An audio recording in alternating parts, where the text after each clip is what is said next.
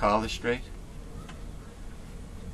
Well, I like button down. I like button down collars because it keeps the collar very neat looking. You know, like it's not poking up. You know. Oh, excuse me, everybody. Greetings, everyone, and welcome to Progressive Discussions. This is Progressive Discussions, naturally, and I am your host for Progressive Discussions, James P. Madonna, of Mega Life 21, the hardest hitting internet talk radio station on the planet, and I'm here with my co-host and mentor, the Reverend Dr. William J. Eisenman. How are you feeling today, sir? Okay, very well.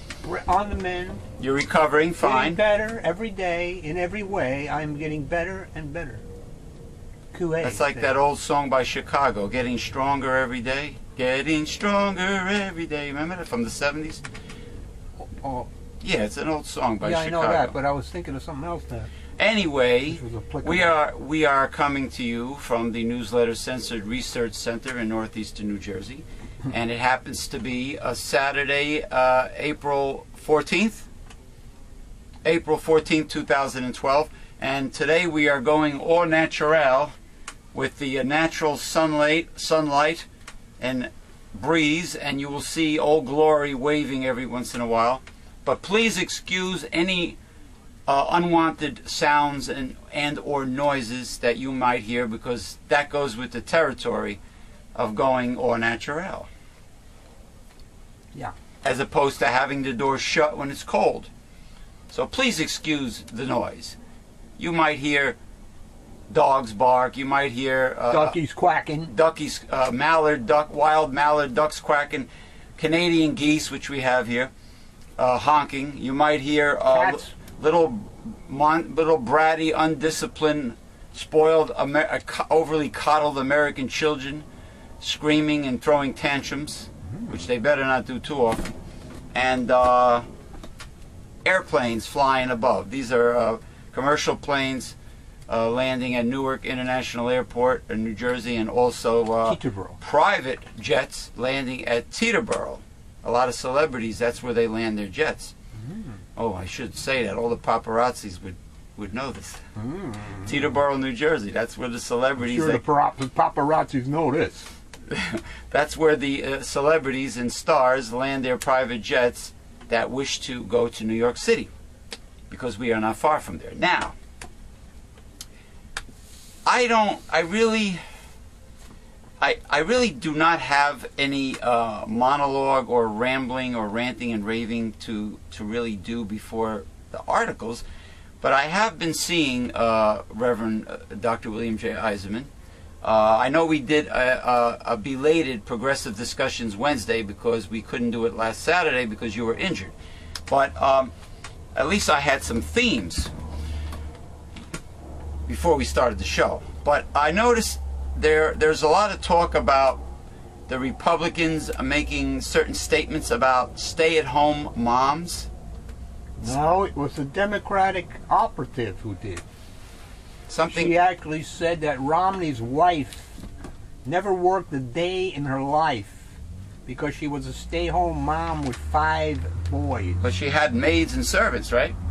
I have no idea about that, but the point is that Obama has been trying to court women of late, and now this chick opens her flapping mouth and sort of like screws a lot of stuff up. So she put down and trivialized homemakers, stay-at-home moms who can afford, who choose to and can afford, naturally, financially, to stay at home and raise their family, which is a job. Like on The View, Whoopi Goldberg had said, and possibly Joy Behar, because they're both buddies, that it is a job to be a full-time homemaker and stay-at-home mom, and should not be trivialized. If you don't believe it, try to take care of a bunch of bratty young kids, and you'll find out. Plus, what's that? Plus, do housework and keep the place clean and neat. Country song and cook. Huh? Country song by, I think it's Lone Star, Mr. Mom. He loses his job and he has to stay home and take care of the kids and all that stuff. That was an old movie. And at the end of it, the song, oh, his wife, he said, "You're my hero." Because he finds out that he can't, you know, it's a little tougher than he figured. You know, Ralph Cramden did that on The Honeymooners. It goes back that far? When he got... This woman thing? I think when he got temporarily laid off, I think, or something happened where, you know, Alice got a job, and I think Ralph might have gotten temporarily laid off, and he was saying... From the bus company? He was trivializing Alice's work and said she had it good. She was in a lap of luxury. Meanwhile, they had nothing but junk all over the place. Yeah, you know, Ralph Cramden in the lap of luxury. Living in a cold water flat in Bensonhurst, Brooklyn. What, he made $12 a day? With $62 a week. $62 a week. He used to say, Alice would scream out the window, $62 a week, $62 a week. Ralph Cramden says, "Keep quiet, I don't want my salary to leak out." And she says, "Your salary couldn't drip out." The Gotham Bus Company. But he trivialized her being a homemaker and says that she had it good, and it turned out Ralph couldn't handle a small, tiny little cold water flat apartment. Yeah. He couldn't handle it. They couldn't cook, you know, everything was a disaster. But the fact is, it is a job and should not be trivialized. But Romney's, you can't compare the stay-at-home mom and the homemaker of mainstream America with the wealthy stay-at-home moms of the elitists. Yeah, relativity. It's seems relative. to be forgotten in this these fights against taxes and all this other stuff. Relativity. You know, and Mitt Romney has many servants, and I'm sure she lives in a quite ample dwelling. In other words, a mansion. And she doesn't have to do anything. You know, these people have personal chefs. They don't do housework. They have gardeners. They have pool boys. Pool boys that put on a little show for the wife. Pool cleaning service. They don't even put chlorine in their built-in pools. They do diddly dick. So do not compare Mitt Romney's wife with the average mainstream American homemaker and mother. Don't do that.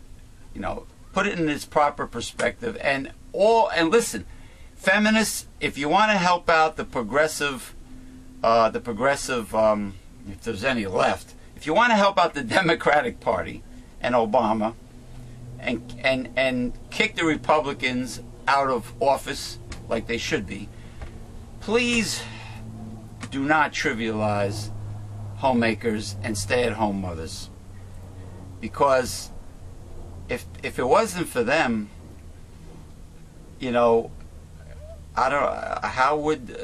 what would happen to society and children and the family structure if we didn't have the stay-at-home mothers of our days. I know today you have a lot of single mothers that have to go back to work out of necessity, but you know, that old-fashioned family structure back then, back in the in the past, it did a lot of good, you know, in developing the minds of today's, how should I say, baby boomers or Generation X. Well, every animal has a period. A menstruation, you mean? When they stay a period. with the nest. Yeah. Except for your reptilians. I love me reptiles. You know, who lay a bunch of eggs on some foreign beach, and the eggs hatch whenever, and the little bastards, you know, swim down or skate down to the water's edge and wait a minute, get the hell in there, and 100 of them go in there, and 97 of them get eaten, and 3 survive. Yes, that is true with a lot of creatures, but Turtles. But the American alligator mother is very devoted. They stay near her, and when they're in danger, she comfortably allows them to enter her jaws to escape the danger, and she does not swallow them. So reptiles, they're not all stupid and primitive. Some of them have more sense. So aside from that, just don't trivialize stay-at-home moms and homemakers, because it's a very hard job, and it is a job if the old man is making enough money. It is a difficult job, very difficult, and should not be trivialized. And it is a choice that women make. Well, most times it ain't a choice. Though. Huh? Most times it ain't a choice.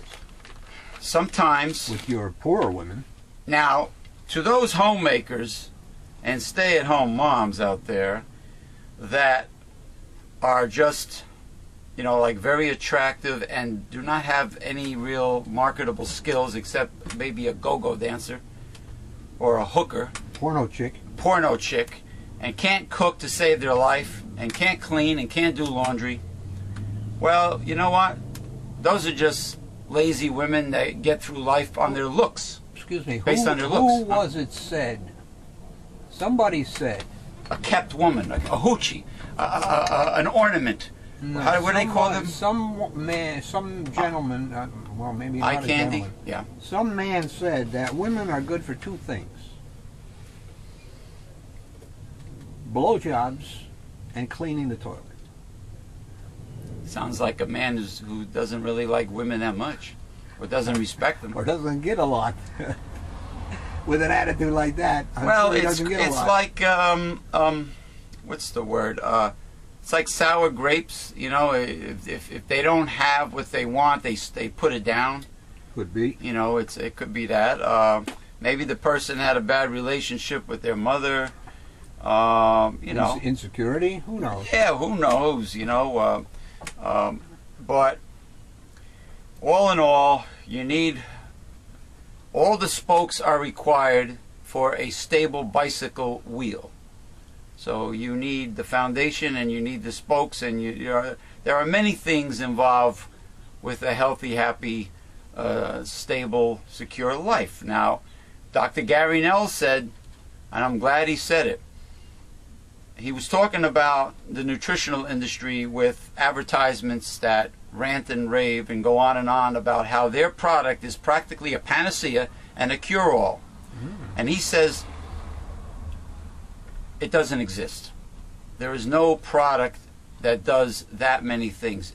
Many important factors are required for good health, and it's just one small component. So, you know, he was just trying to tell people, don't believe the hype. And the same thing with the family structure, you know. There are many components that are important. And stay-at-home moms and homemakers that are good moms and homemakers are extremely important. And that is the life they chose. It's hard work, and they should not be put down for it. But on the other hand, the stay-at-home mothers or hoochie wives that are like sex concubines for rich men, and the ones that have no skills and don't do anything at home, and have maids and servants and gardeners and chefs, and they're still stay-at-home women because they're rich, them you could bash. Feminists can trivialize and make fun of them and yell at them and do anything they want. But the honest, mainstream stay-at-home mothers and homemakers are very important, and just get off their backs, okay? And I don't know if it figured in the problem at that particular time, but Romney's wife also has MS. Oh. So I'm sorry. I didn't know that. Yeah. She has MS. Okay. It doesn't seem to affect I didn't know that. I apologize. It doesn't seem to affect her. I mean, she's walking around and, you know, on the campaign trail and this, that, and the other thing. But, you know, she does have it. Now, MS. Might be in remission. I hope Romney's wife knows about vitamin D, and taking the right mega therapeutic doses of vitamin D can help MS tremendously, if not stop its progression, or maybe reverse. I hope she knows about that. He probably does not. I mean, omega-3s too, and you know, omega-3, D, essential fatty acids, all of this stuff. Vitamin A. I'm talking about protect the myelin sheath. I'm talking about the mystery of why and how autoimmune diseases begin because it is the body attacking itself, which is a very, very difficult thing to understand and treat. And it's strange because the body has enough of a burden just attacking foreign invaders like viruses and bacteria, let alone, you know, a body attacking foreign invaders plus a body attacking itself. Your immune system attacks itself. I mean, it's incredible. It's tough. I mean, there's many autoimmune diseases: lupus, erythematosus, Lou Gehrig's disease, rheumatoid arthritis, and the list goes on and on. But yeah, well, I am sorry. Of course, orthodoxy believes it's a heightened immune system, and of course they go and screw with your immune system, and they causes more problems. They suppress the immune system instead of finding out what's wrong to correct and normalize the immune system that's out of whack. I'd say detox is the first thing on the agenda. That's usually No's protocol. Well, ever since I've been taking this spirulina gold from Earthrise through Swanson Vitamins, I must say that today I had a rather gigantically ample detox session. Oy. I will not say anymore. I will not use bad language, but let's put it this way. The company that made the porcelain throne did not adequately, their engineering team did not adequately make considerations for people that are in a very advanced detoxification mode. Was that scientific enough for you? Woo! Woo! Did I detox? And it felt damn good when you do it. It increases your immune system, and it prevents many degenerative diseases, and it is the foundation. You must detox smart, intelligently, not foolishly. I don't mean go out and take laxatives. I mean normally. Normal blood, liver, and colonic detoxification. And I assume it's the chlorophyll content in the spirulina that contributes to much of this detoxification. So anyway, let's get right to the first article. Oh boy. Oh boy. So that wasn't such a long monologue. I mean, introduction. See, this is, oh, by the way, this is me prop. It is a blackthorn shillelagh, weapons grade, imported from Ireland, and I have a metallic 4-leaf clover on each side for luck. And there's the shamrock of authenticity, you jabronis out there. And I use this as a prop. I like to wave it around sort of like a Judge Judy type of gavel. It helps me emphasize certain things. Start, please. Being a leader in the fight to save the Canada geese in Bergen County parks. Hey, I mentioned Canada geese before. I didn't even know this. I was deeply disturbed to learn that starlings are now being killed in Teterboro Airport. What do you mean, killed? Deliberately? Upon reading the Port Authority of New York and New Jersey's Wildlife Hazard Management Plan, it appears that all the agency's airports, Teterboro included, intend to kill all the birds in the sky indefinitely. Are they insane? And I mentioned Teterboro Airport before also. I didn't know you were going to read this article. I mean, there's a cosmic force here, man. To kill birds? Indefinitely. Are they insane? There is no discernible end to this euthanasia program, which includes pigeons, starlings, gulls, geese, sparrows, and blackbirds. You know what? Humans are vile species of creature. Well, it's for business. Comprende? So what these people want to do is they want to replace God's creatures and the planet itself with nothing but money. Even though it means animals becoming extinct, even though it means pollution, even though it means our own demise. Everything is about money.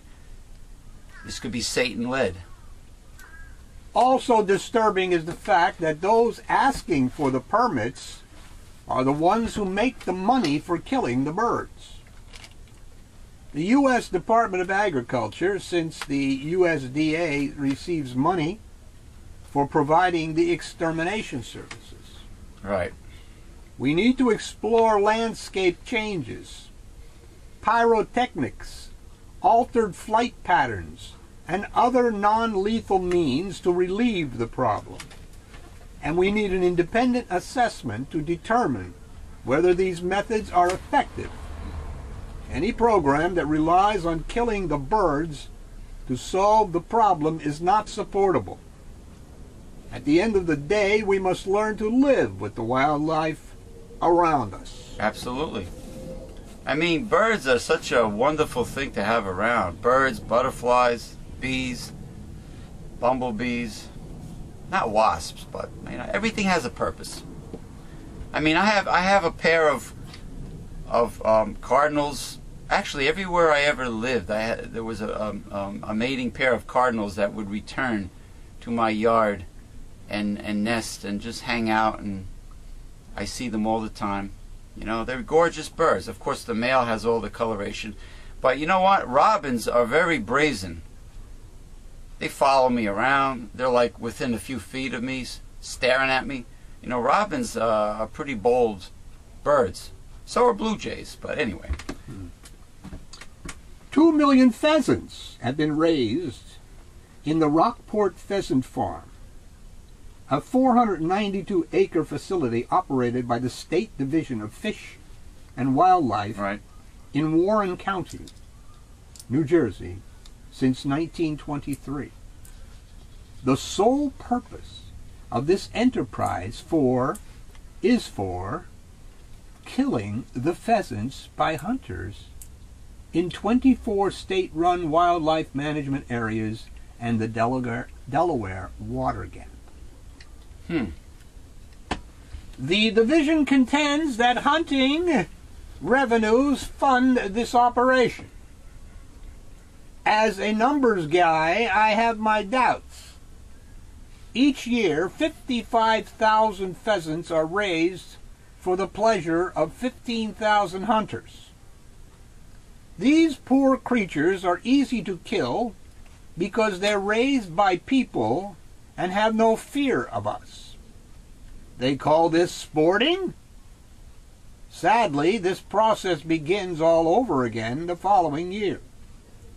The birds that aren't killed by hunters often die of starvation because they never learned how to live in the wild.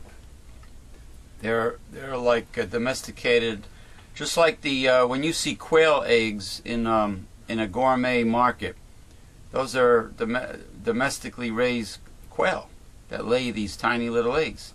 So if you let these quail loose, like they were never taught by its mother how to survive. They will not be as opportunistic as the parrots of Edgewater. I understand. In other words, in the wild, opportunistic behavior is crucial. Yes, because absolutely. Food is not readily available like it is when somebody's feeding you every day quite well. The next time the Division of Fish and Wildlife claims that hunts are needed to reduce populations, be very skeptical. Hunting is usually just for fun. Remember that the next time the division attempts to justify another black bear hunt. Well, that's another issue. There's too many black bear in northern New Jersey. Yeah. Because they were endangered severely until they brought black bear from the Pocono Mountains of Pennsylvania, but now there's too many. There was one in Los Angeles the other day. Black bear? On the streets of Los Angeles. I mean, then there's now the coyotes are moving in and here, and now we have wild turkey losing their fear of man, and they're moving in. You know, wild turkey, beautiful birds. Coyotes are a problem. I don't think they hunt in packs. I think they're solitary, but they're still a problem. You know, but we have the usual, you know, raccoon, skunk, possum. You know, I think there's bobcat in Muskrat. in the mountains. Maybe Yeah, here. yeah. There's bobcat out there somewhere. Fox. You know, your typical indigenous creatures. Do we have any pumas? No, I hear rumors. New York State has a certain type of puma. I don't know. I don't know. I don't think they're large like the ones out in the Rocky Mountains, but out west. But you know, so does Florida have a puma. The Florida panther is not big. You know, it's small, but it looks the same, more or less. You know, but no armadillos, nothing like that. But we do have timber rattlesnakes, which are quite large and quite venomous. But they're under rocks. So if you're hiking, stay off of rocks. And yeah, be careful lifting up the rocks, because you might find a rattlesnake or a Republican. Under a rock. Yeah. That was very clever. Thank you. That was very clever. Oh, I put a very clever banner about, if it says something about, if Republicans now care so much for stay-at-home moms, then how come they're anti, you know, social programs that help single mothers or low-income mothers raise their families? How come they cut the social programs, but they care about the stay-at-home mom? Just like, why do Republicans care so much about the unborn fetus, but once you're born, they don't care about the child? Yeah, exactly. They don't care about the child Because once you're they born. don't think long term, number one. Everything they do is not long-term thinking, I notice. No. No. I believe the editorial is based more on rumor and supposition than verifiable facts. Regarding the square footage requirements for backyard flocks, the editorial said, the 2-acre requirement may be too large, but 10,000 square foot lots to keep livestock is too small. Too small? I had 6 hens for 4 years on a 50 by 100 foot lot in Middletown, New Jersey. The coop and run was visible from the end of my driveway. None of my neighbors, whose properties were the same size as mine, even knew I had the birds until I took the fowl for walks in the backyard. Let me tell you something. Your neighbors should be happy to see hens, because even if the hens, you know, start wandering a little bit outside the property, chickens do a wonderful job of cleaning up. They really do. They really do clean up quite well. They eat anything they can get their little beaks on, you know, and they also will fertilize your lawn. You don't need any Scott's turf builder when chickens are crapping on your lawn.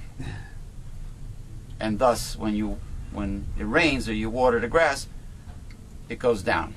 You know what I mean? But people scream right away. People say, it's going to draw rats. A chicken won't allow anything left over to draw rats. Believe me, they eat. They are like, they're eating machines. They are like Pac-Man with feathers. Believe me, I had Japanese bantams when I was in high school. They will clean everything up, and they will eat the weeds, and they will eat the grass. Well, within reason. They'll, you know, they won't destroy the grass, but then they'll eat the seeds and insects, and they do a good job. There was no smell. Yeah. No noise. Right, because there's no rooster. And no pests. There you go. My current neighbor's back deck is 30 feet from my coop of 24 birds. She has told me she does not smell them and only occasionally hears them, such as when they sound their hawk alarm. That's another thing. They're watchdogs. Hens will scream when somebody's on the property. And I do not live in farm country. I also take issue with the statement about chickens lowering property values. What a joke. I have never seen a single sentence confirming this. I find it increasingly hard to understand that it is somehow acceptable for someone to have multiple dogs that bark and howl day and night. That's right. And leave piles of shit that reek for days, but object to 6 birds that make no noise and emit no odors. Yeah, I always used to mention that in defense of chickens. Yeah, to me it's just chicken discrimination. Actually, you know what it is? You know how many times I found somebody else's dog's crap on my yard? It used to piss me off to no end. And of course these people walk their dogs late at night, so you don't catch them. Yeah. And then you have to go get a shopping bag and you have to take care of it yourself instead of them taking care of it. Or step in it. I mean, you know, you get a heavy fine in my area for not curbing your pooch. But you know, you're right. The chickens are nothing but pluses compared to other animals that people have as pets. Anyway, continue. But, I'm sorry. Yeah, but maybe the most important thing about stuff like that is the fact that we city dwellers, I guess, mostly, we tend to want to do away with the natural. We're into this artificial world. The concrete jungle, yes. The asphalt and concrete and steel world. We're away from our food is produced and brought to the supermarket. We have no idea how it is grown, dispatched. You know there are people... packaged. That's true. There are people, and many of them young Americans, that prefer to leave the suburbs or the rural areas that they're from. Well, in my case, I know people that have left the suburbs that they grew up in for life in the city. Big city. Everything is in the city. They have no cars. They take public transportation, subways or buses, and or trains, and they live in the city, and they do everything in the city. They shop in the city. Everything is surrounded by skyscrapers, and they don't really commune with nature, you know. And I think that's sad. And well, that's why people like Gary No set up these retreats now and then, to have people, you know, get back into al natural. Back to nature. Back to nature. Not to mention what a rip-off it is to live in the city. The cost of living alone is insane. Well, that's what happened during the Industrial Revolution. You pushed people off the farms, pushed them into the cities, and then they became dependent upon businesses and corporations, the job, and therefore poverty arose. I mean, come on. Give me a break. $1,500, give or take, for a studio or little pigeon coop studio apartment in Manhattan. Give me a fucking break. Excuse my language. Yeah. I had to use that word. Give me a break. This whole thing about, you know, the market, creates that price or whatever, supply and demand. That's all capitalist bullshit, right? Right. That's what's called hedonics. See, we no longer price things according to like how much it costs to make it, and throw in a little profit for the maker. A fair price. Yeah, we never do that anymore. A fair profit. We got hedonics now. Excuse me. Where we take in how it looks, where it is, location, location, location. The house could be falling down. Hey, you know. But if it's in a great location, it's worth bucks, baby. Listen, if a house is built on a man-made canal, let's take in Florida, if it's on a little skinny man-made canal that you could barely get a gondola through, or a dinghy, they call it waterfront property, right? And they jack up the price of the home, and they create it. Look, it's all snake oil salesmanship. It's the whole capitalist system is about corruption. It's corrupt. It's the devil's economics. For those of you that are brainwashed, into believing the conservative propaganda and all this Yankee Doodle Dandy flag waving facade that they live behind. You have your heads in the sand, people, if you're believing this false prophet conservative propaganda. It's not God's economics at all. Okay, that article is finished. Yeah. The chickies are done. I just want to say that, if God willing, knock on wood, tomorrow, Sunday, around 1 p.m., I will be doing volume 4 for Honest Craft Beer Reviews with the founder, Mr. John Starodumsky, and our official beer consultant, Red Rooster, will be calling in. So it will be the first time the three of us will be doing a show for Honest Craft Beer Reviews. I salute the prestigious group, Honest Craft Beer Reviews, the most elite bunch of beer experts you're ever going to find anywhere, beer connoisseurs, professional, world-renowned beer tasters. Okay, I am very proud to be a member of that group. Just like I am very proud of my group called the Meal Ticket, MEEL, dedicated to Persian and Indian club swinging, circular strength training. Anyway, next article. University of California Task Force said Wednesday that the UC Davis police should not have used pepper spray on student demonstrators in an incident that prompted calls for the chancellor's resignation and national outrage after online videos of the confrontation went viral.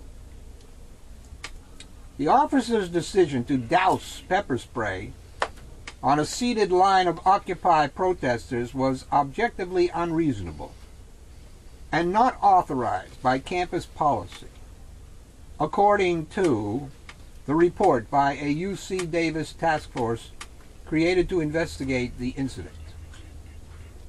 The pepper spraying incident that took place on November 18, 2011 should and could have been prevented, the task force concluded. Officers involved in the incident said they felt they needed to use pepper spray because they believed they were surrounded by a hostile group. Yet they were seated on the sidewalk. Ooh, that hostile group. They're seated. They're sitting in front of me, that hostile group. Ooh. They weren't even standing up. No, they were seated. And they were not threatening. No weapons. They were not threatening anyone, right? No. No, it was, you see, we've lost sight of the, I think today, if Martin Luther King were here, the job wouldn't get done. Because we have lost sight. We have overridden the constitutional ability to protest. Well, your government. If Martin Luther King were here, he would not have as much. No, what I'm saying. In other words, having a progressive liberal voice today does not attract as much maybe dangerous opposition as it did during the early 60s. In other words, he would probably have a syndicated nationwide show, perhaps? No, I'm not meaning that. I'm saying that he wouldn't get the job done. Because we have lost sight of the fact. We no longer perceive protests as being nonviolent. They are all violent.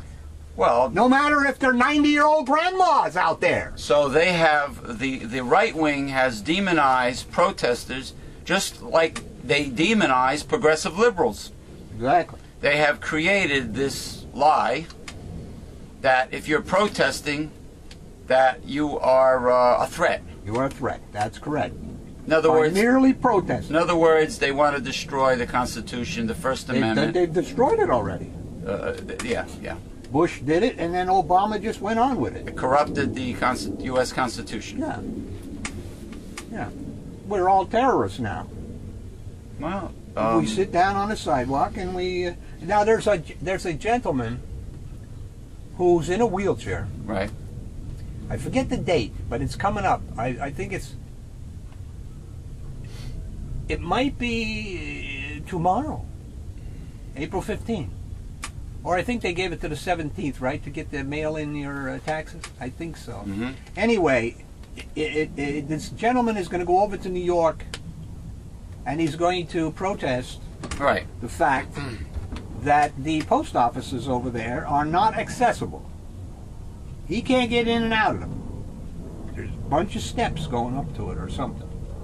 He's going to go over there with his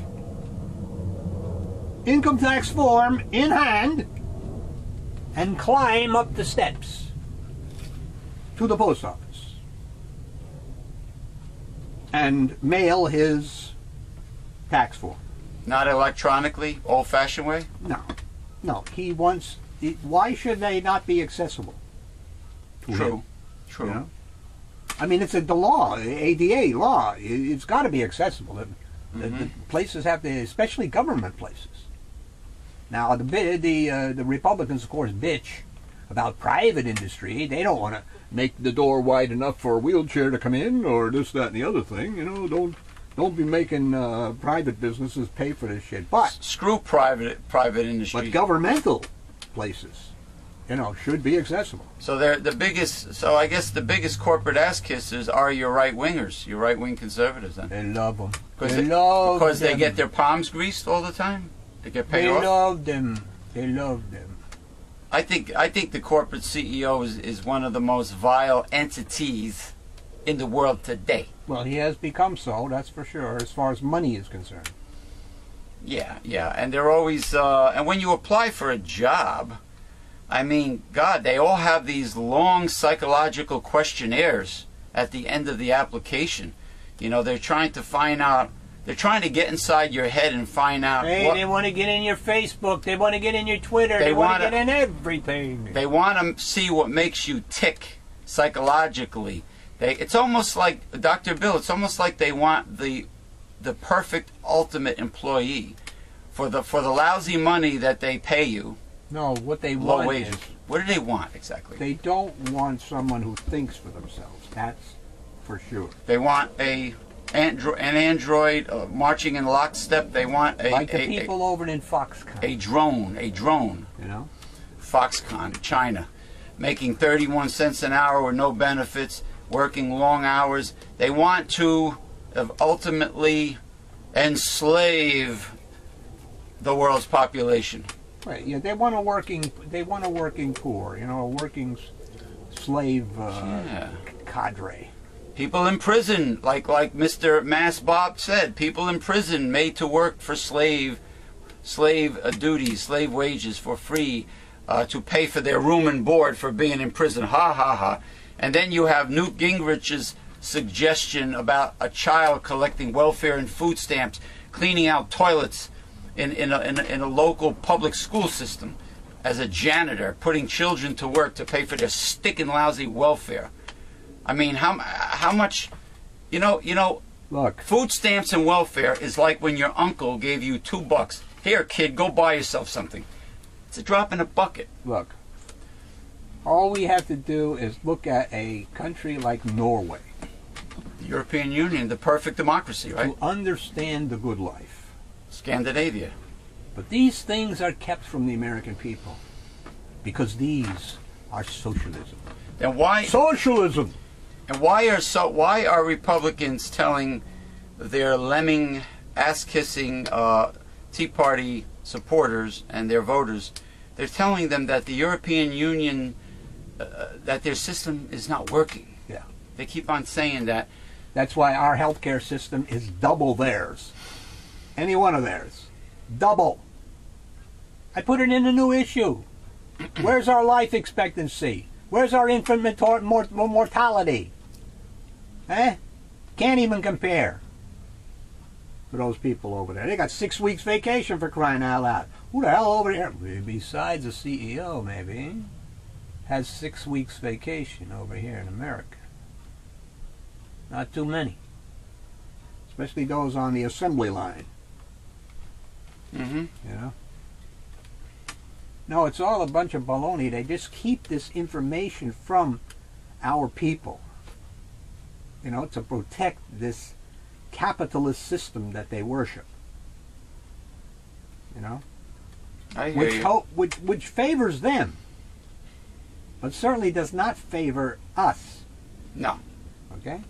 And that's the big difference when you look at Europe and you look over here. The vast majority are favored by their way of doing business, and not ours over here. Only a favored few are favored over here. Okay? Anyway, the task force also attributed the response to breakdowns in the campus chain of command. From Chancellor Linda Catahi to Police Chief Annette Spicuzza to Lieutenant John Pike, the main officer shown in the widely viewed online videos. So it was Officer John Pike who sprayed them. There's going to be a picture here. I'll give it to you later.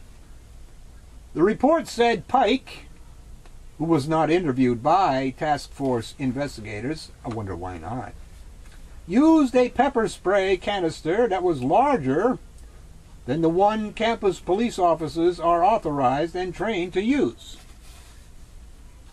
The task force blamed the chancellor for not clearly communicating to her subordinates that police should avoid physical force on the protesters. Oh, by the way, you know what they were protesting? What? Higher fees!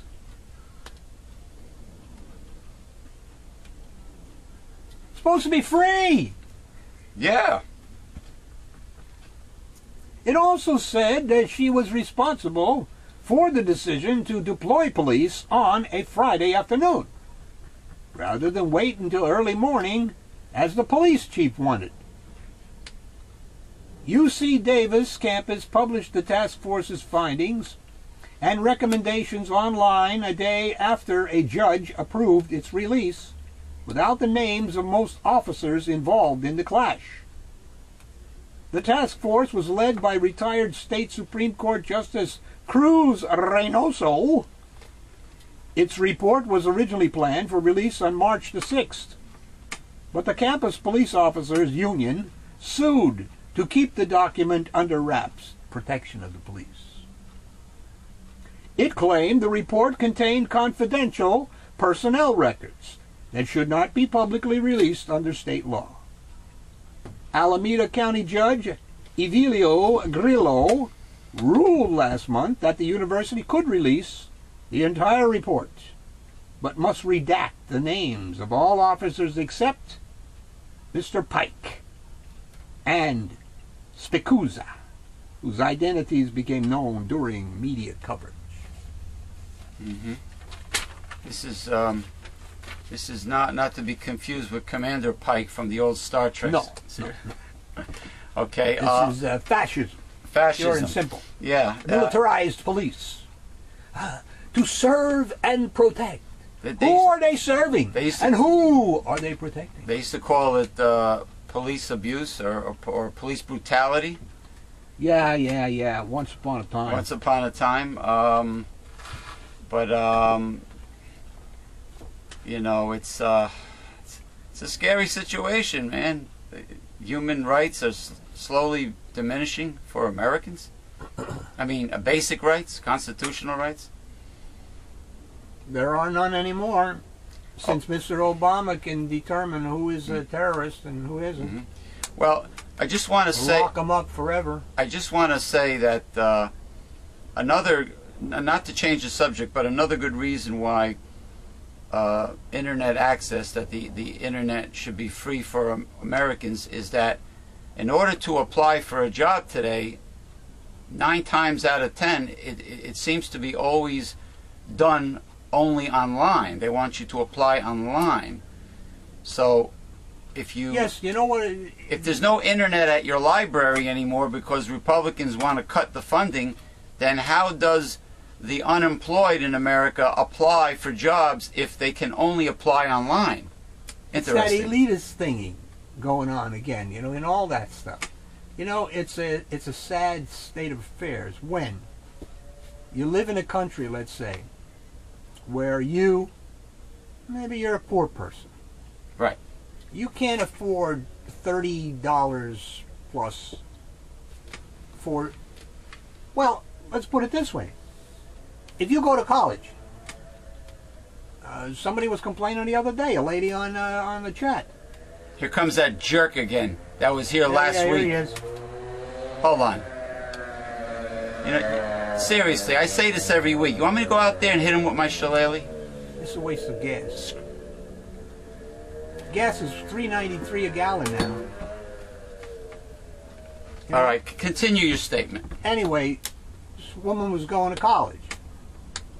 Right? The book for the course was $450. The book? The book. What the hell? So it sounds like the medical profession. And the second-hand book is, expensive. And then there's an e-book or something that you have to download or whatever the hell. School textbooks are like a woman buying her wedding dress. It's ridiculous. When you're when you're done, what do you do with them? But that's not the point that I'm trying. My point is this. In doing things of that nature, let's just suppose Mozart was denied the ability to study, read, or however he developed his craft. Because he had to pay a fee that he couldn't afford. That's correct. That's correct. That is what is going on, I'm sure. Now, the poor are lucky they can even pay their electric bill, let alone pay for internet access. Well, not only that, in this financial meltdown economic thingy we're going through, what is happening is, and this is what happened to this guy the other day that shot the 6 or 7 people over there in California, Oakland. The Korean guy who was a nursing student. Mm-hmm. What happened was he had several bad things happen in his life. Then he says to himself, he finds out about this nursing school. He says, Dad, can you lend me money, $6,000, whatever the hell it was, to get into this school? Because I can't get a job. I need to do something. Yeah, but then when you graduate from school, the employers want experience. They won't take entry-level people. That's what this kid found out. This kid finds out that what's going on in this. Oh man.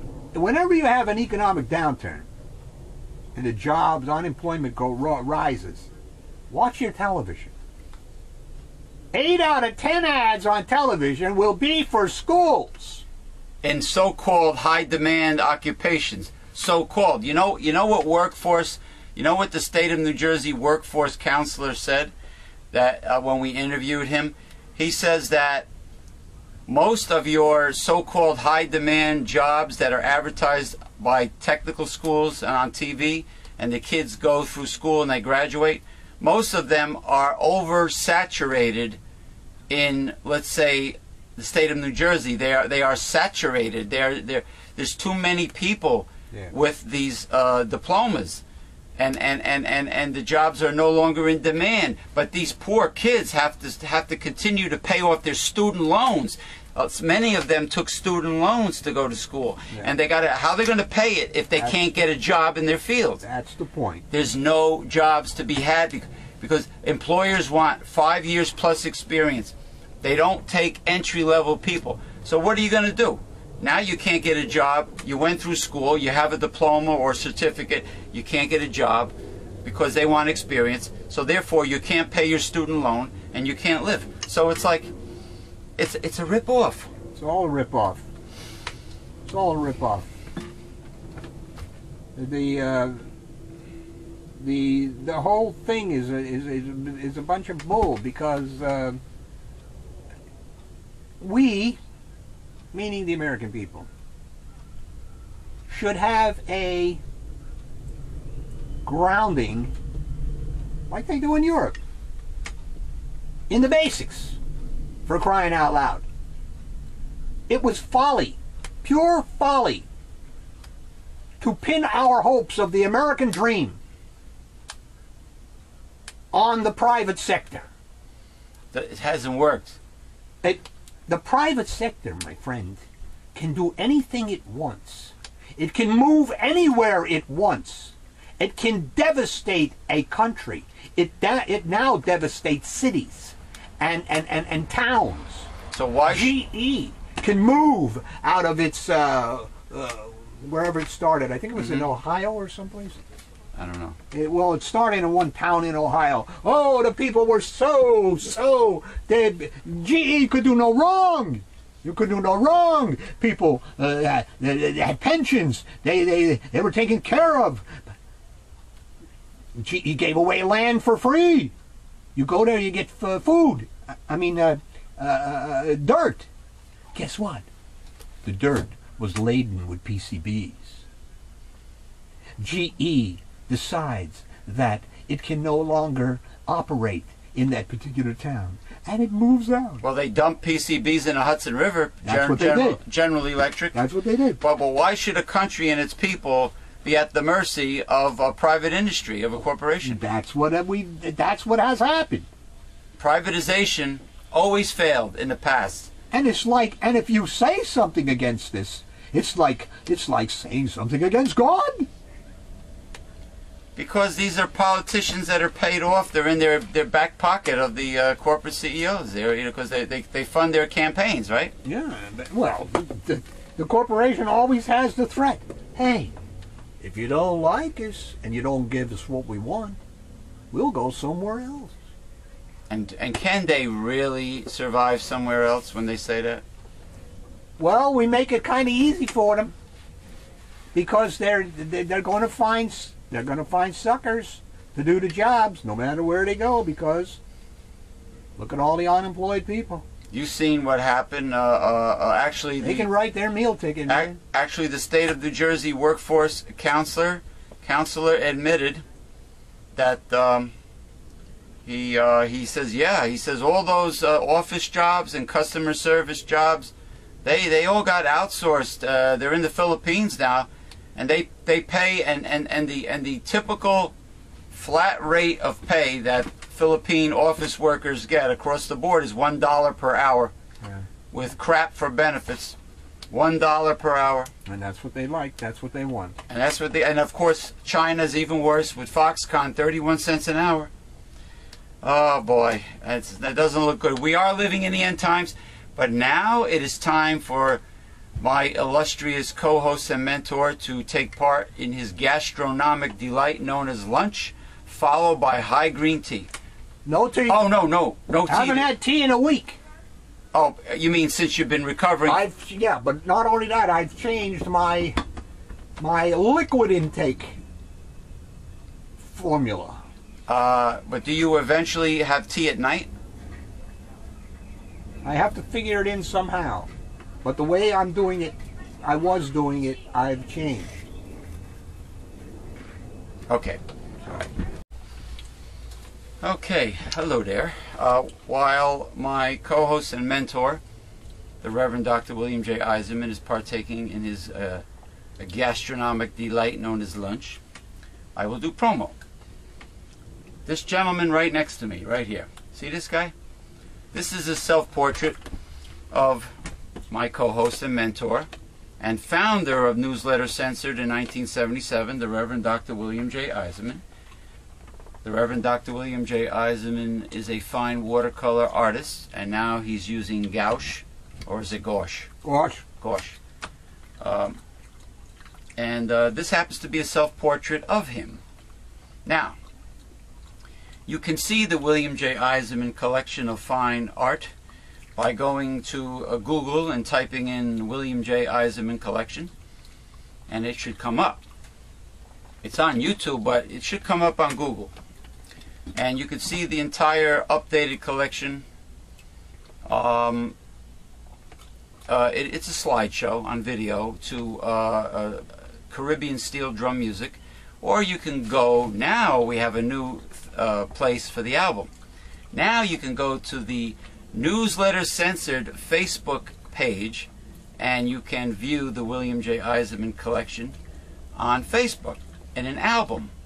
That's our gallery on Facebook, and that is Facebook.com. I don't think you have to say www anymore. I think it comes up by default. Facebook.com/newsletters censored, all one word. And just click on William J. Eisenman. Gallery, whatever, William J. Eisenman. Collection. And if you see something you like, send an email to William J. Eisenman from his website, newslettercensored.com, and ask him if the painting is still available. And if it is, the bidding starts at $500 each, but you know, it's negotiable. Make him a decent offer, and you will get an annual subscription with it of the foundation of our entire organization. This is what started it all, Newsletter Censored. Founded by the Reverend Dr. Bill in 1977. It is based on the 5 taboos of American life, which is politics, religion, health, human sexuality, and child rearing. There's nothing like Newsletter Censored anywhere in the mainstream media or in the mainstream press. You're never going to hear anything like what is contained in Newsletter Censored. Okay, this is the underground media. This is the kind of information that most people are afraid to hear. Can you handle it? So go to newslettercensored.com and click on the printable order form, and with your gift to support this work, get your free annual subscription to Newsletter Censored. Okay, this is the new issue. I believe it's volume number 119, titled "No Rules, No Orders, No Negotiations." Regulations. I should put my reading glasses back on. Could be no negotiations too, because they want to destroy all unions. No Rules, No Orders, No Regulations by William J. Eisenman, PhD. Sometimes there's room for tidbits, which is current news topics, but this is a long one. Then we have The God Project by William J. Eisenman, Doctor of Divinity, and this is where Reverend Dr. Bill teaches you what the Bible really has to say, not what right-wing fundamentalists, counterfeit Christians tell you what the Bible says. This is what the Bible really has to say.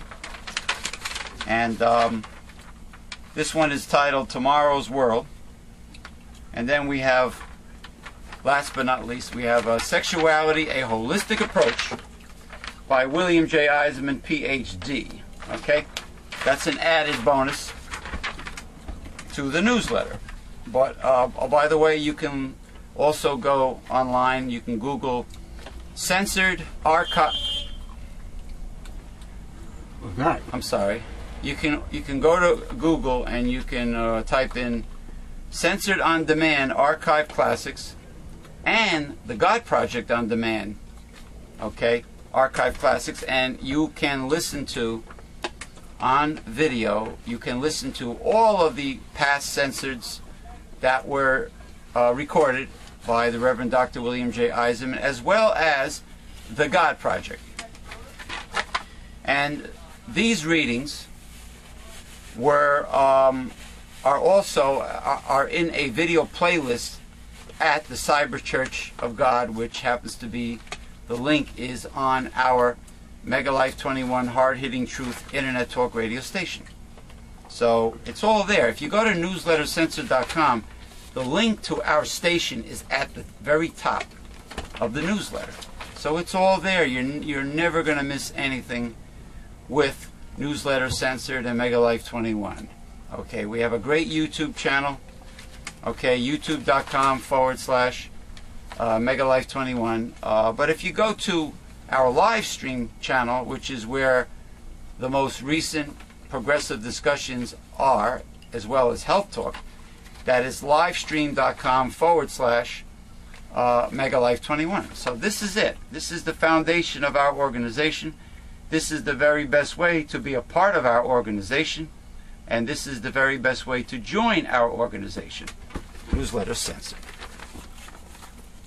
Okay, now, as I make myself useful, taking away Dr. Bill's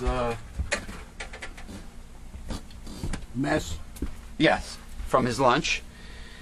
Now we will continue with the recent articles. President Obama Yes.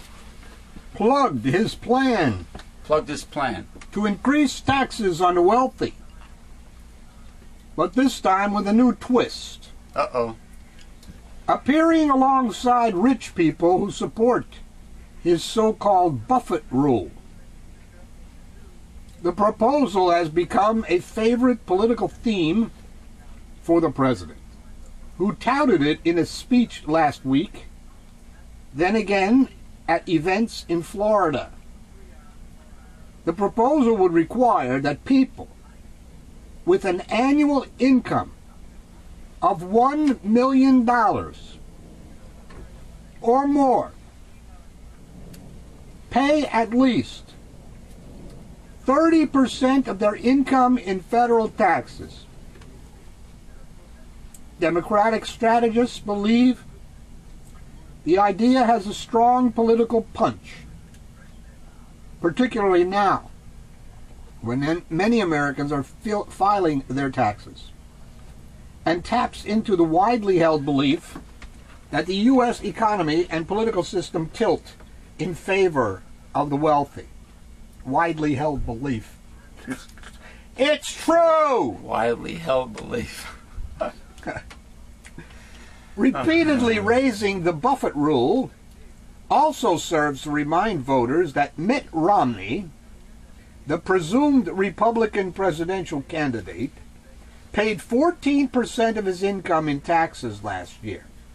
He paid that much? Presumed? Presumed. I don't believe it. Well, that was capital gains. It's 15%. Oh, okay. So he actually paid less than the going rate of capital gains. Capital gains used to be 40%. 40%. But it was lowered. Yeah, Ronald Reagan. Bushy administration.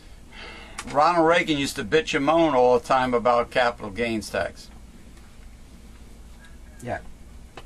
You don't want to pay. They don't want to pay taxes on money making money. Yeah, because they always said that money creates jobs in the U.S. They're like broken records. They're like parrots. They keep on repeating the same thing for decades.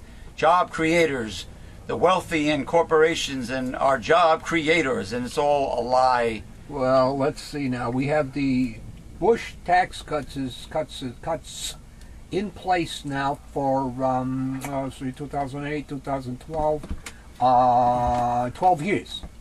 12 years. Where's the jobs? No jobs. Well, they're creating tax cuts. Create jobs. But not in the United States. Well, where the hell are they then? Why do we keep these tax cuts in place? China and India and the Philippines, third world countries, maybe Indonesia. They're not here. I mean, why is this a belief anymore? Why is this an argument anymore then? People are stupid. Americans don't do their research. Americans are very gullible. They're believing that. Oh, you know who I blame too for the gullibility of Americans? Lemmings. I blame the United States media, who only shoves the microphone in front of the right-wing conservatives. Only. You don't hear from any progressives out there. You don't hear. You don't get equal time with the Democrats. I haven't heard or seen any interviews of Democrats or progressive independents. I haven't seen any. Yeah, you don't see much of like honest Bernie debate. Sanders yakking. Yeah. How come Bernie Sanders is not in the limelight? Well, because he's a socialist. Challenging. He's an independent. Challenging Speaker of the House John Boehner, or challenging other Republicans. You don't see Bernie Sanders getting interviewed. You don't even see Al Franken. That was when he was on the radio, was a big hero to the little guy. Al Franken, he shut his mouth really quick when he became senator. Who hears from Al Franken? Unless Al Franken has a lot to say and they just won't interview Al Franken. Well, that's the whole point. You know, maybe Al Franken does have a lot to say, but it's funny how the media is. But what about the so-called progressive cable stations that why hasn't Jon Stewart had Senator Al Franken on as a guest? I don't know. They what's going on here? This Daily Show seems to put on a lot of right wingers. They, I think they too have fallen into this trap, like Tom Hartman on his radio program. Bipartisanship crap. Yeah. Bringing on the other side. And then you end up with nothing conclusive ever done. No. and arguments still remain. Because today's Democrats still want to, maybe it's a lot of bullshit, they still want to be liked and accepted by their enemy. They still want to make nice and be friends. They don't want to fight. Meanwhile, the enemy is you know, sticking the knife in their back as they're smiling at them. Yeah. You know, it's like, or maybe they don't want the public to hear the real hard-hitting truth because of the sponsors that support the show. Oh, of course, that's the big thing. You see what happened with Rush Limbaugh when the sponsors ran away. Hey, wasn't there something up on Facebook the other day? I believe you put it up there. Boycotts work. Shh, don't tell the American people. Boycotts really work. Gary Knowles been saying it right along. Boycotts work. Boycott is the most powerful weapon that the people have. Against the corporation. We the people. Boycotts work. Maybe that should be up in the title for the show, along with stay-at-home mothers, which was a very important issue at the beginning. Romney, like many wealthy Americans, benefited from the fact that investment income gets taxed at a lower rate than wages. Democratic leaders have scheduled a vote in the Senate for Monday on an effort to bring the Buffett rule up for consideration. Republican senators are expected to block that move. Shall I read that again? Yeah, why not? Republican senators are expected to block that move. What else is new? Republicans say the proposal is based on faulty economics. Raising taxes on the wealthy won't do anything to create jobs, nor will the Buffett proposal contribute in any substantial way to reducing the federal budget deficit. They suggest that Obama's crusade for tax fairness doesn't help solve America's biggest problems. He's really trying to divert from the failure of his record, which is that he has not created jobs, Romney said. He has lost 800,000 jobs during his presidency. Well, gee whiz. George W. Bush lost 8 million! That's right. It's right there in the new issue, too, in case people want to look it up. The new issue of Newsletter Censored, volume number 119. Very hard-hitting, very heavy-duty. Get your subscription now. Get your annual subscription with your gift to support this work. Okay. Still, the topic makes GOP lawmakers dyspeptic, as it gives Obama the chance to speak directly to independent voters about kitchen table issues. And he repeatedly portrays the Republican Party as concerned with problems of the wealthy, not the middle class. Bingo! The rule is named for billionaire investor Warren Buffett, who famously has complained that he pays a lower tax rate than does his secretary. To help make the point, several wealthy Americans showed up to endorse the Buffett rule, along with their assistants, and appeared on stage with Obama. None of the millionaires was actually excited about paying more taxes, Obama said, but they agree with Warren Buffett. This should be fixed. the measure is highly unlikely to pass the divided Congress this election year. But the event was live on cable television. It's Wednesday, same as the day prior, giving the president's message the kind of exposure money can't buy.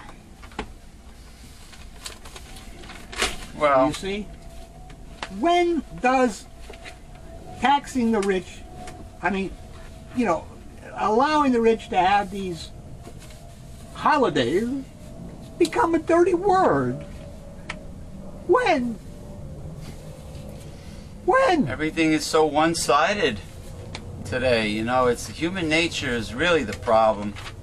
And we, the people, better start getting involved with our government and our country, you know, and stop believing the lies that big government is the problem. It's not big government, it's big corporations that are the evil entity and the source of our problems. And wasteful government.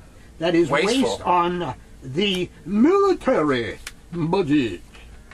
yeah, I think I over on the Facebook newsletter censored page, I posted some data on just how little, just how small of a percentage of the budget goes to Social Security, that people are ripping off left and right. Well, Social Security has nothing to do with the budget. Well, I mean, social programs, Okay. including Social Security, Social Security as a is whole. not a social program. No.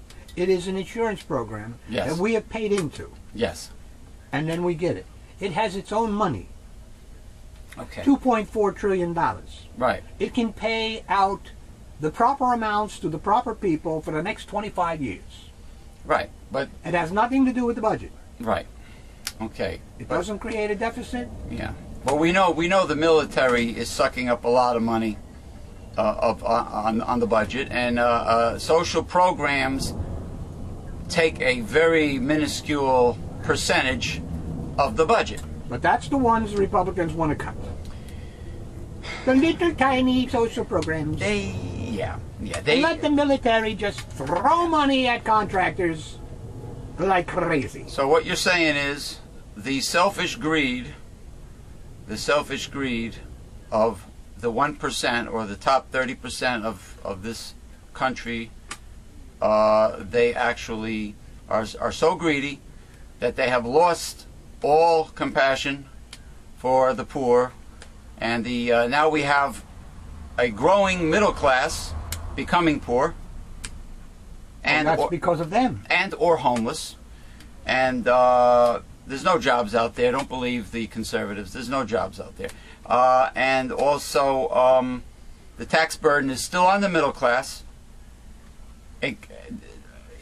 Plus the fact that the middle class are losing their homes and jobs. Well, that's what has happened. That's what when Getting you siphon the money upward, you're going to deplete it downward.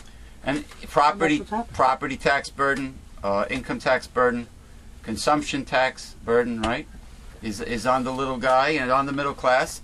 And the middle class traditionally is the backbone of this economy, and the true consumer. Well, going back He's a little guy. going back to your social program cuts for a moment. Yeah. The Republicans can see cutting $2 billion from the social program, Yeah. very needed social programs, Right. but cannot see cutting $2 billion from subsidies to big oil. Oh See, no. there's the problem. They don't cut. Yeah. Well, handouts for the rich, That's for correct. corporations. That's correct. That they love. Right. That they love. Helping their fellow man or making their fellow man poorer, that they do well. What percentage would you say of the budget goes to social programs? Very tiny percent. Very tiny. Very tiny. Discretionary spending is very tiny. Right. 39%, I believe someone said the other day, goes to the military. 39%. Mm-hmm. Then you got the, see, here's another thing. Then you got the interest on the borrowing that we do. The Constitution says that Congress should be making the money, not the Fed. Fed is a private institution. What the hell do we have to pay money to the private institution to allow us to borrow money from them when we have, by the Constitution, the right to print our own money? Right. Well, but these are the things that are done to make the private sector rich at our expense, you see. That's what has happened over all these years. And now it's come home to roost. And now we got the 99% and the 1%. Right. See? Lucy, that starlet among ancient human relatives, may have shared the stage with a hominid very different from herself. A newly discovered fossil suggests. Mm-hmm. Out of the Ethiopian desert, researchers have unearthed a rare 3.4 million year old partial foot that resembles those belonging to Ardipithecus remidis, Mm-hmm.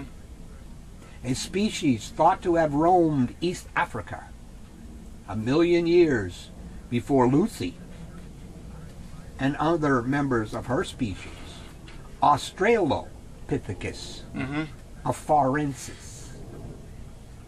The findings published in Thursday's edition of the journal Nature provide the first good evidence that another bipedal human relative was still climbing trees at the same time that Lucy and her kind had their feet planted on the ground.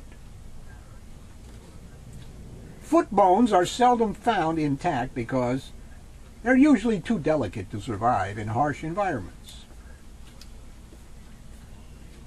This makes the new fossil, made up of 8 bones from the front part of a right foot, Mm-hmm. a valuable find, particularly since it has several toes intact, allowing scientists to get a better sense of how the foot operated as a whole. Right. Lucy's foot shares many fundamental qualities with those of modern humans. Our big toes are large and parallel with the other 4, and all are able to bend and push off the ground, making Homo sapiens an excellent walker. This new fossil has more ape-like features and closely resembles that of A. ramidis, whose most famous member is the specimen known as Ardi. Don't confuse with Arby's. Ardi. Oh, that You're not going to get no roast beef sandwich here. You don't even get real roast beef sandwiches at Arby's. It's like steak 'em. It's like, you know, pressed together, God knows what, and sliced. These creatures had some adaptations for walking on the ground, but they also sported a foot with a grasping big toe Really? that wasn't very convenient for walking, but was excellent for climbing trees. Yeah. Don't chimpanzees and orangutans have some kind of a grabbing foot? On the ground, weight to her outside toes. Wait a minute. On the ground, Artie would have shifted her weight to her outside toes, making her an awkward gait in comparison with Lucy. Mm-hmm.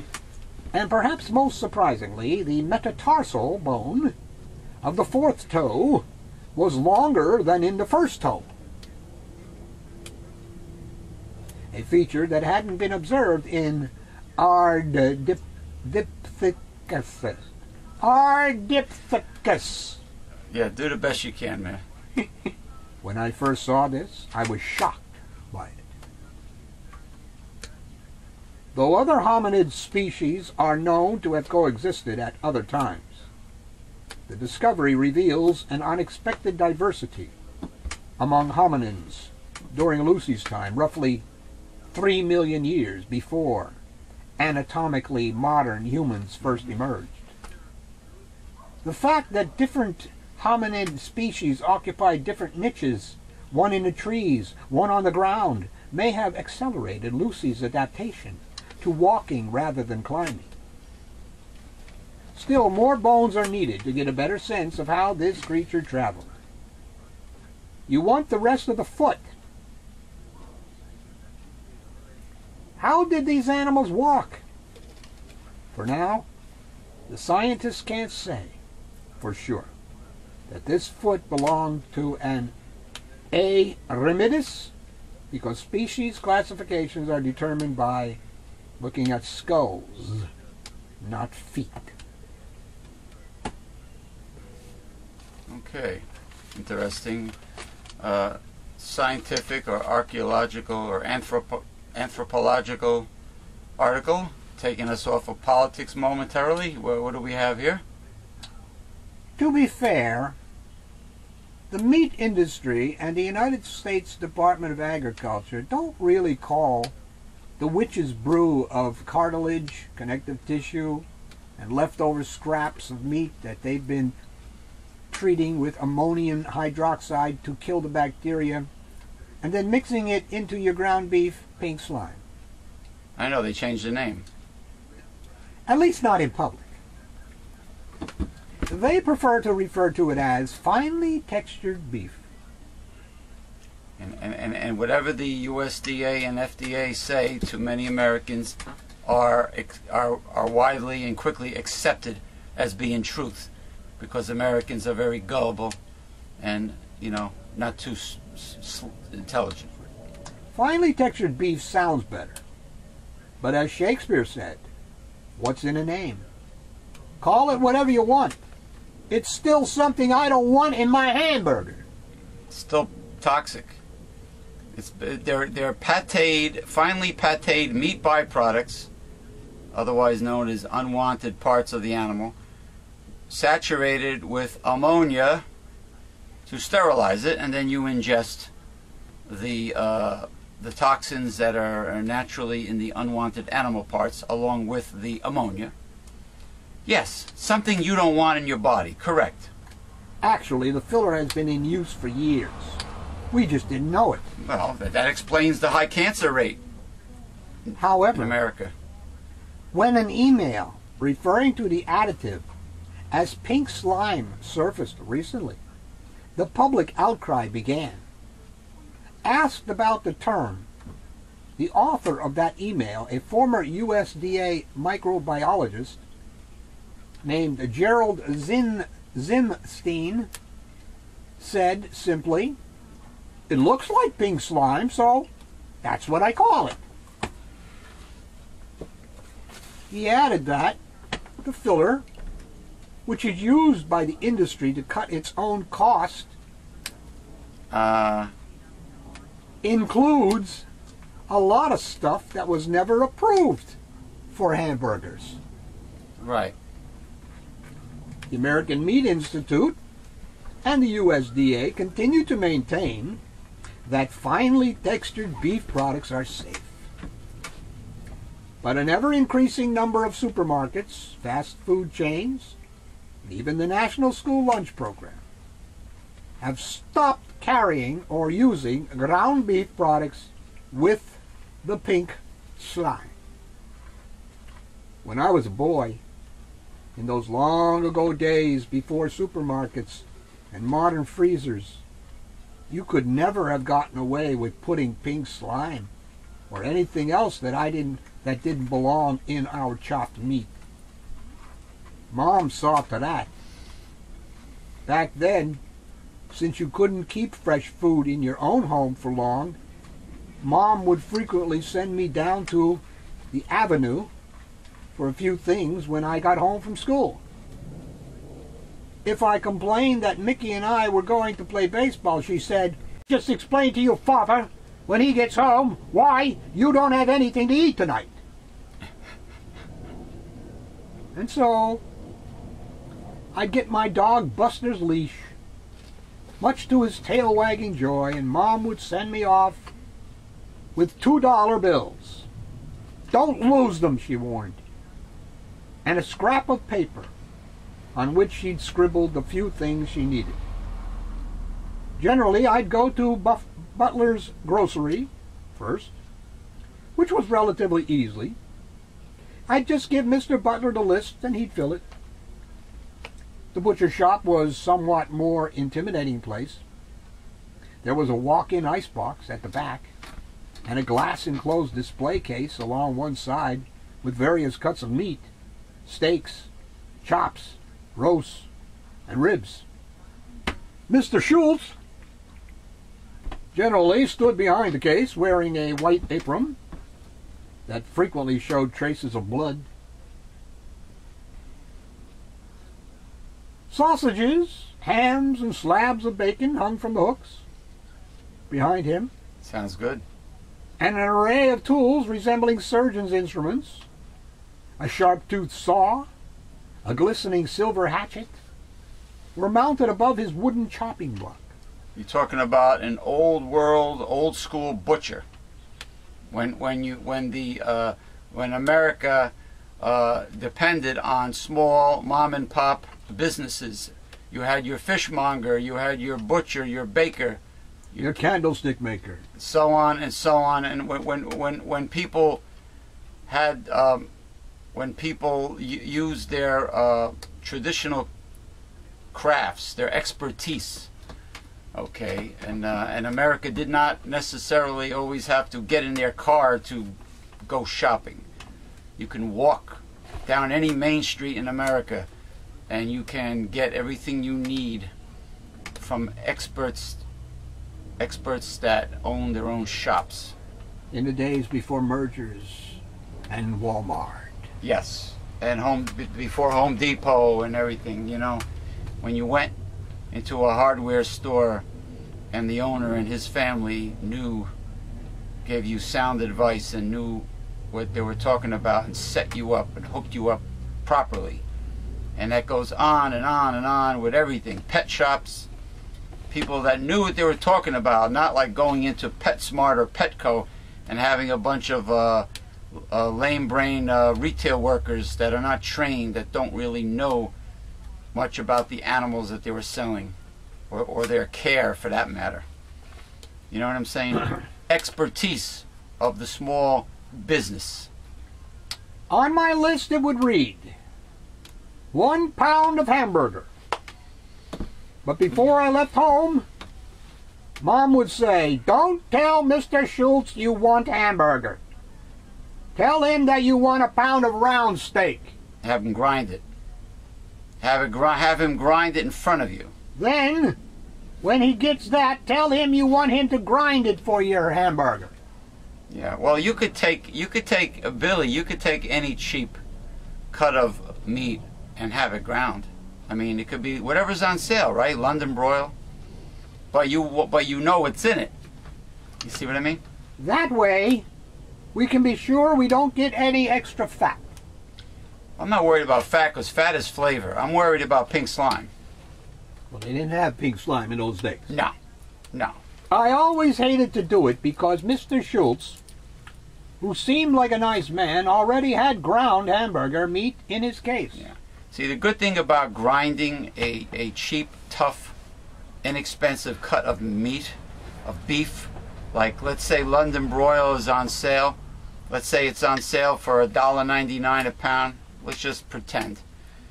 You know, the good thing, even though it's tough, once you finally grind it, you can eat it. You can chew it. It's not a problem. You know, I mean, it's actually easier to chew than if you marinated it.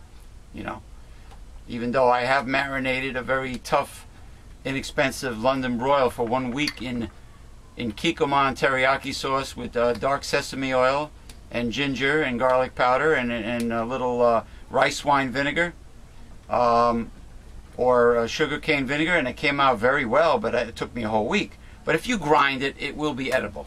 Anyway, continue. Mr. Schultz seemed to understand.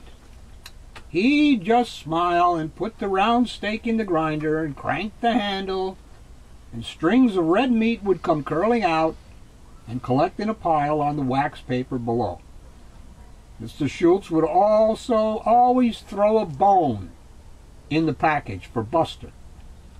Okay. Most times with enough meat on it so Mom could use it for soup first. A femur bone is good for doggies. It's nice and big. It doesn't really splinter to choke them. You know, a good femur bone. The pound of chopped beef, incidentally, came to 42 cents. Which is a thigh bone. Yeah. Okay. In 1930. Buster. I looked that up on Google. The soup bone was free. Oh yeah, now they charge you for everything. And in case you're wondering, it was in 1906 when, largely as a result of Upton Sinclair's book The Jungle, which exposed the unsanitary practices of the meatpacking industry, the United States adopted the original Federal Meat Inspection Act. Excellent article. It seems like we are getting a steady flow of pink slime articles every week. Dr. Bill, do you have a political or a fat dirigible balloon Chris Christie article somewhere? What about a Mitt Romney article? Mr. Christie went to Israel. Where? For why, I don't know. Why? But probably to get some kind of international creds in case he's asked to be Romney's vice president. Chris Christie is spending a great deal of time traveling, I notice.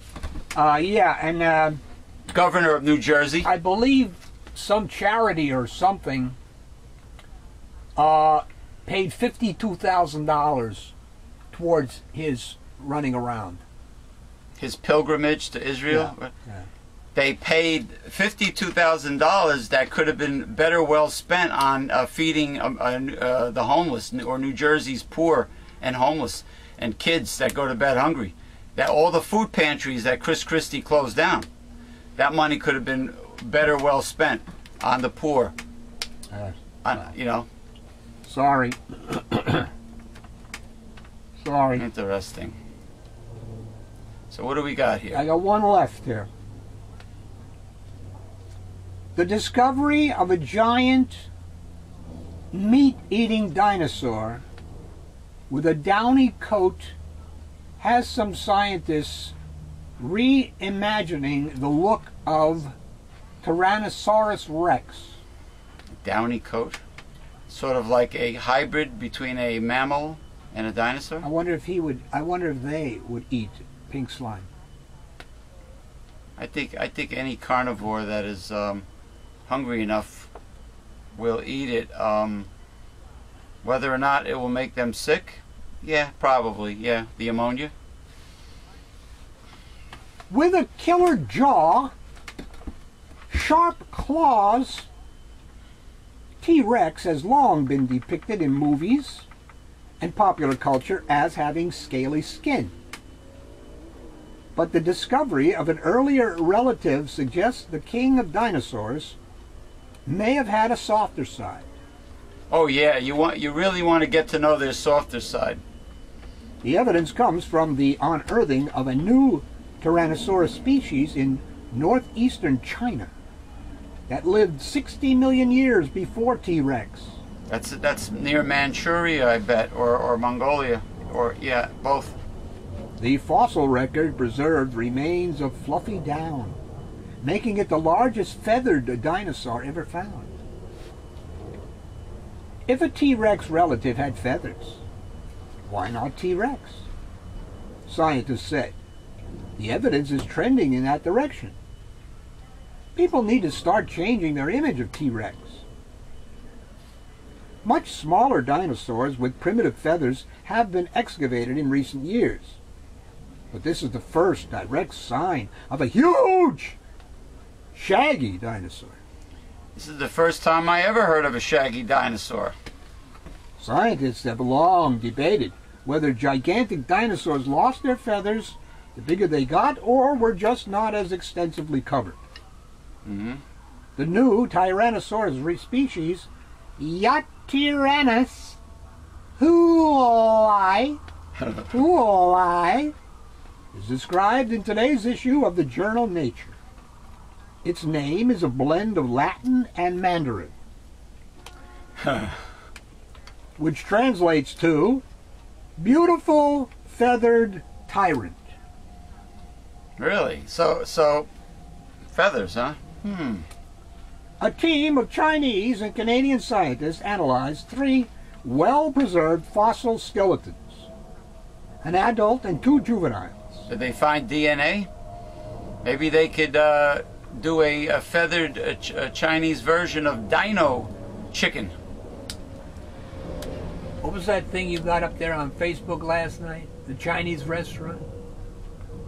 Oh, about the cats? Yeah. But no, we don't have your cat. No, that Stop asking. I removed it. It offended a Chinese woman friend that is on my friends list from the Gary Knowles Facebook page, and she's the one that she's very highly intelligent, and she contributes a lot of very valuable information. Very nice woman, and she was offended by it, so I removed it. But I did not put that article on Facebook. It was put there by someone else that I know. It wasn't me. I just looked at it and it made me laugh, and that was it. But I did not originally put that on there because she took offense to it. But anyway, they were recovered from a quarry in China's Liaoning province by a private fossil dealer. Most striking were the remains of down-like feathers on the neck and arm. yeah, I do apologize to the woman who got offended. Okay, about that art, that photo. Okay, I didn't mean any harm by it. I did not originally post it. It was posted by somebody else. All right. Though coverage was patchy, scientists suspected the species had feathers over much of its body. I would have felt like touching long, thick fur, co-author Corwin Sullivan of the Chinese Academy of Sciences said. Yeah, would they do it if the T-Rex was still alive? No, I don't think so. I don't think so. Another scientist, Thomas Holtz Jr., University of Maryland, compared it to the feathers of an emu. Oh, which is sort of like an ostrich. It is a New Zealand ostrich, more or less. The creature lived about 125 million years ago. Right. At 30 feet long and weighing a ton. Why Huali would have reached T-Rex's chest. Oh, it's a smaller version. Smaller version with downy feathers, similar to an emu. Okay, that concludes this week's Progressive Discussions. Thank you for joining us for Progressive Discussions. I believe, if I'm not mistaken, that you have just viewed the 115 Progressive Discussion ever made. Sounds good. Not 115 on video, but 115 nonetheless. Volume 115. Wednesday we did 114, which was supposed to be last Saturday, but so Reverend Dr. William J. Eisenman, do you feel that you are recovering from last week's injury? Oh, I'm recovering, bit by bit, but as I told you before when you came in, it's very strange that I hurt my knee and took a bath last night and saw all these broken capillaries in black and blue that you didn't know down on my foot. That you didn't know you had. Yeah. Then obviously when I went down on the knee, I must have broken a lot of vessels down there. Yeah. For some reason. The Reverend Dr. William J. Eisenman took a fall. He sort of gave himself a body slam. Oh, God. And the impact was on his scapular region, but he is recovering, thank God.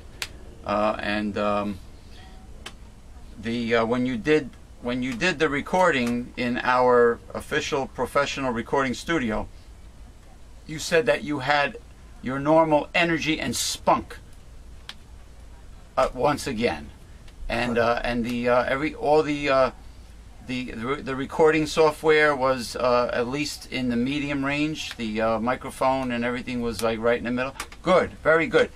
Thank you for joining us for Progressive Discussions. Take care. Say so long to these people. So long, you people.